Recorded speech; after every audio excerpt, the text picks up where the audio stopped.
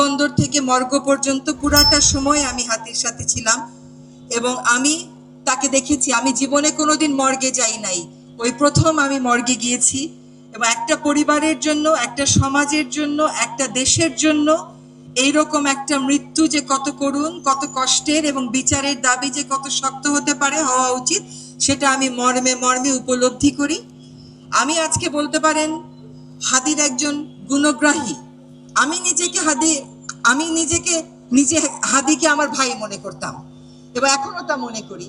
এবং দেশের জন্য তার এই শহীদ হয়ে যাওয়াটা, তাকে তো আমাদের আরো অনেক দিন প্রয়োজন ছিল, কিন্তু যেই মানুষের মৃত্যুতে 12 থেকে 15 লক্ষ মানুষ জানাজা পড়ে, সেই মানুষের মৃত্যুর বিচার আসলে একটা জাতীয় কর্তব্য।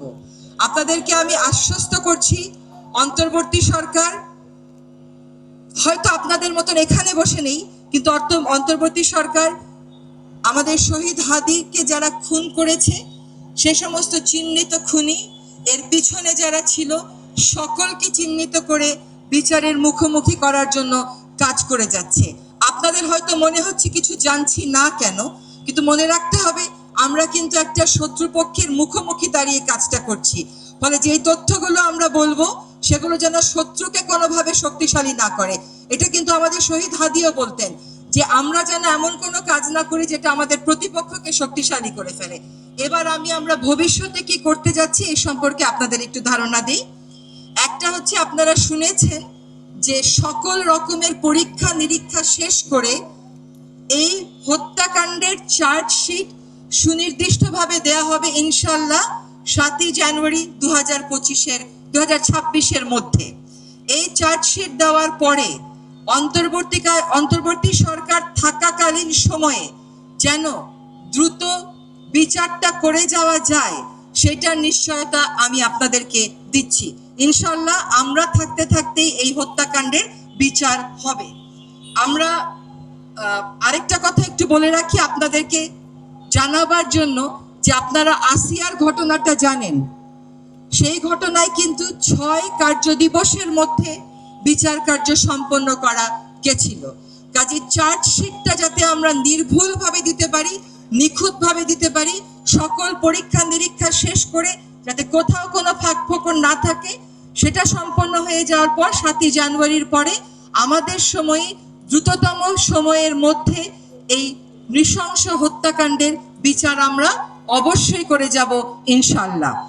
এবার আরেকটা কথা বলি, যে অনেক সময় অপরাধী যদি পালিয়েও থাকে, তারপরেও কিন্তু এটাকে আমরা ইংরেজিতে বলি ইন অ্যাবসেন্সিয়া বিচার। শেখ হাসিনার বিচার হয়েছে না, সে কি দেশে আছে? তারপরেও আমাদের সর্বান্তকরণ চেষ্টা আছে হাদিকে যারা শহীদ করেছেন, আমাদের কাছ থেকে কেড়ে নিয়েছেন, তাদেরকে যেন, তারা যদি বাংলাদেশ থেকে চলে গিয়ে থাকেন, তাদেরকে যেন আমরা অবশ্যই দেশে ফিরিয়ে আনতে পারি।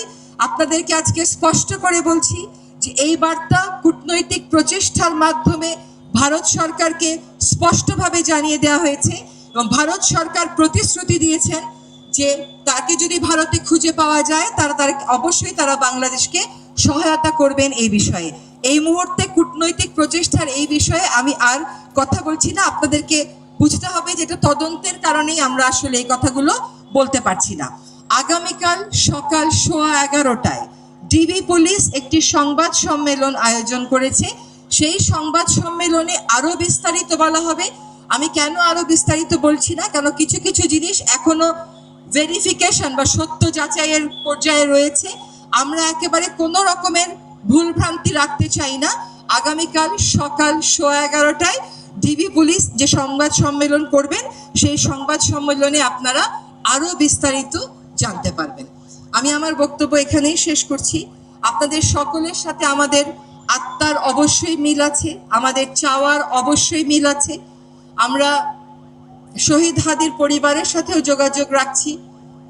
আমরা অবশ্যই এই বাংলাদেশের মাটিতে দ্রুততম সময়ের মধ্যে, অন্তর্বর্তী সরকার থাকাকালীন সময়ের মধ্যে আমাদের হাদিকে যারা মেরে ফেললো তাদের বিচার সম্পন্ন করে যাব। সবাইকে ধন্যবাদ।